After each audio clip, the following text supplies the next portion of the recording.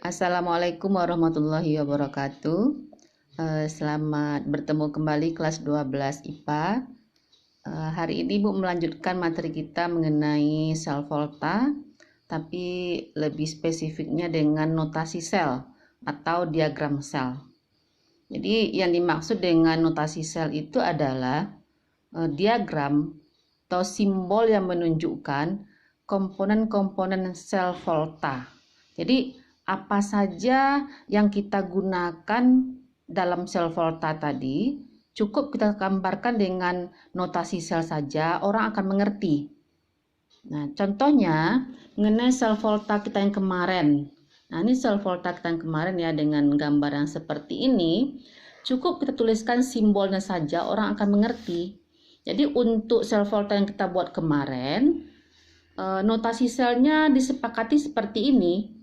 Anodenya dulu, kemudian apa ion atau elektrolit yang ada pada anode. Anodenya kan itu adalah sebuah logam tadi, berarti anodenya adalah Zn. Kemudian apa ion yang ada di sini? Ion dari Zn tentu adalah Zn2+. Kemudian ada garis 2 ini namanya jembatan garam. Kemudian ada ionnya lagi, baru ada katode. Itu kesepakatannya. Jadi untuk sel volta yang kita buat kemarin, mana notasi selnya? Yang ini, Zn. Jangan lupa, logam itu kan simbolnya atau wujudnya S, padat. Kemudian apa ionnya? Ionnya adalah Zn2+. Kan dia larutan elektrolit, maka lambangnya di sini wujudnya adalah Ag.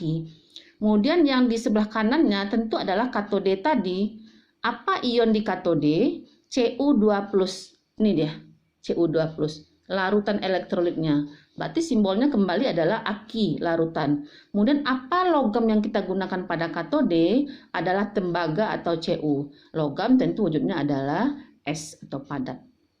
Nah, kira-kira seperti itu. Ini Ibu juga sudah buatkan rumusnya. Ada anode, elektrolit pada anode, kemudian ada garis 2 jembatan garam, elektrolit pada katode dan katodenya. Ibu paham? Ibu rasa paham untuk notasi sel atau diagram sel tadi. Selanjutnya adalah deret volta. Nah, deret volta itu adalah urutan logam dari reduktor terkuat. Jadi kalau dia reduktor terkuat, berarti dia mudah mengalami oksidasi. Dari yang mudah mengalami oksidasi sampai pada yang sulit mengalami oksidasi. Maka deret logamnya kita susun seperti ini. Jadi dalam membuat sebuah sel volta, tidak hanya Zn dan Cu yang bisa kita gunakan. Banyak logam lain yang bisa kita gunakan. Nah, ini dia deretan logamnya. Ini urutan logamnya mulai dari litium, kalium, barium, strontium, kalsium. Ini sudah Ibu tuliskan semua.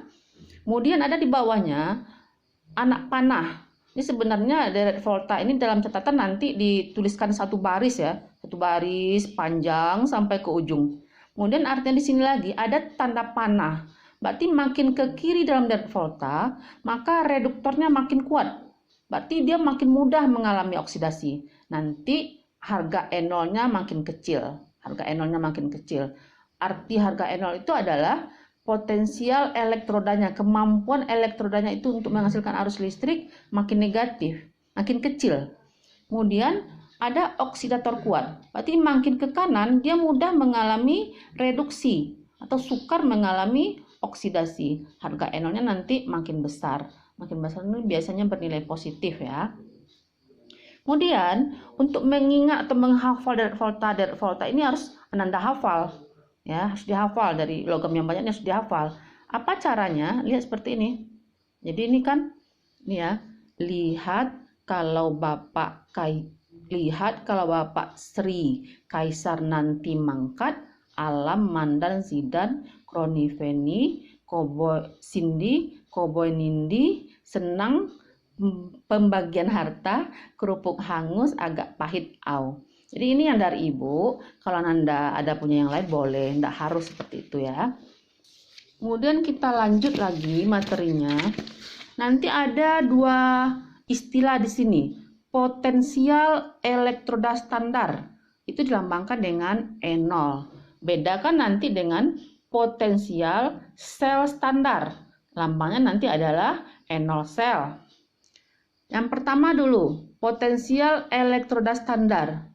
yaitu beda potensial suatu elektroda.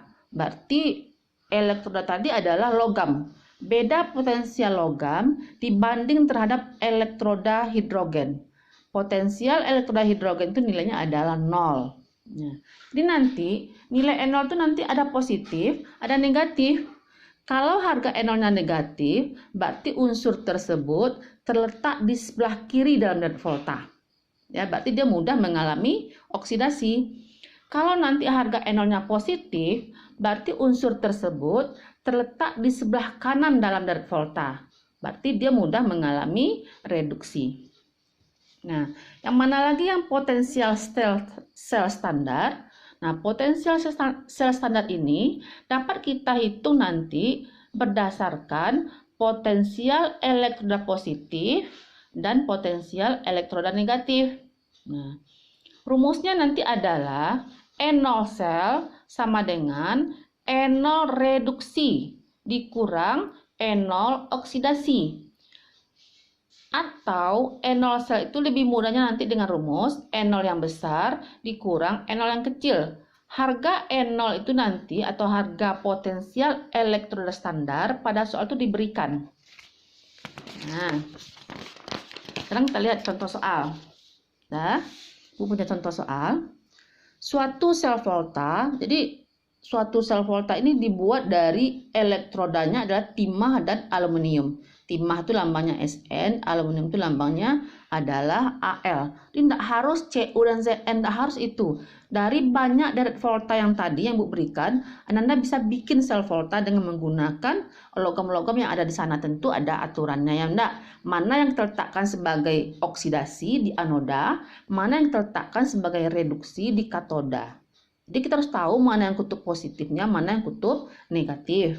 Seperti soal ini, kita diberikan dua buah reaksi reduksi. Jadi semua reaksi yang ditampilkan itu adalah reaksi reduksi, reaksi penangkapan elektron. Nah, mana yang kita jadikan anoda, mana yang kita jadikan katoda dengan melihat harga N0 selnya. Mana harga N0 sel yang paling kecil, itu nanti kita jadikan sebagai anoda. Seperti soal, tentukan anoda dan katoda. Jadi kita jawab anodanya adalah yang N0-nya kecil. Siapa logam yang punya N0 kecil di sini? Sn atau Al tentu adalah Al. Min 1,66 volt. Berarti anodanya adalah si Al. Kemudian katodanya tentu adalah Sn. Ini untuk yang A. Untuk yang B, gambarkan diagram atau notasi sel.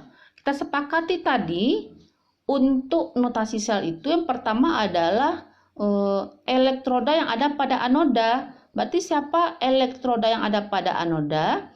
Tentu adalah yang N0-nya kecil tadi. Ini. Nah, Al. Nah, buat wujudnya S. Kemudian ada garis. Apa ionnya? Tentu adalah si Al3+. Kemudian Al3+. Wujudnya adalah Aq karena larutan elektrolitnya. Ini adalah jembatan garam.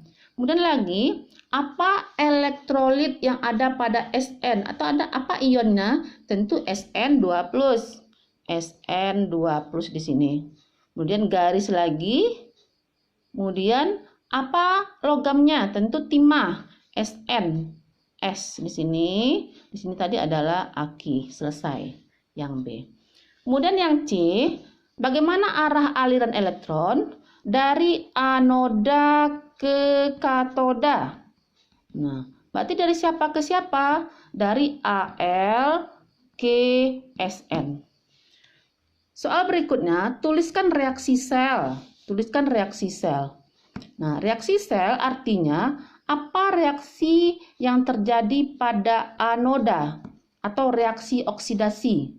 Nah, yang reaksi di anoda adalah reaksi oksidasi, reaksi pelepasan elektron. Siapa di anoda tadi? Al. Berarti kita buatkan reaksinya. Al lepas elektron. menjadi Al3 plus tambah 3E. Nah, seperti itu.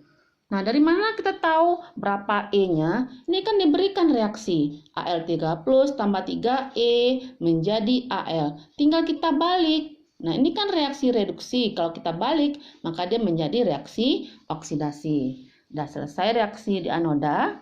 Dan reaksi di katoda lagi. Reaksi di katoda tentu adalah reaksi reduksi.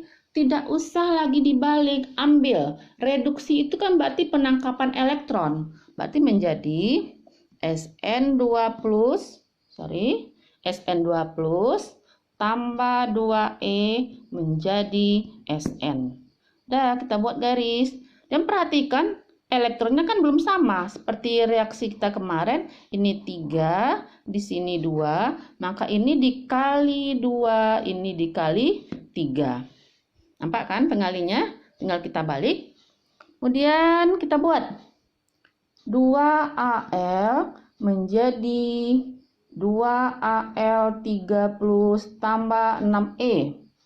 Di bawahnya 3SN2 plus tambah 6E menjadi 3SN.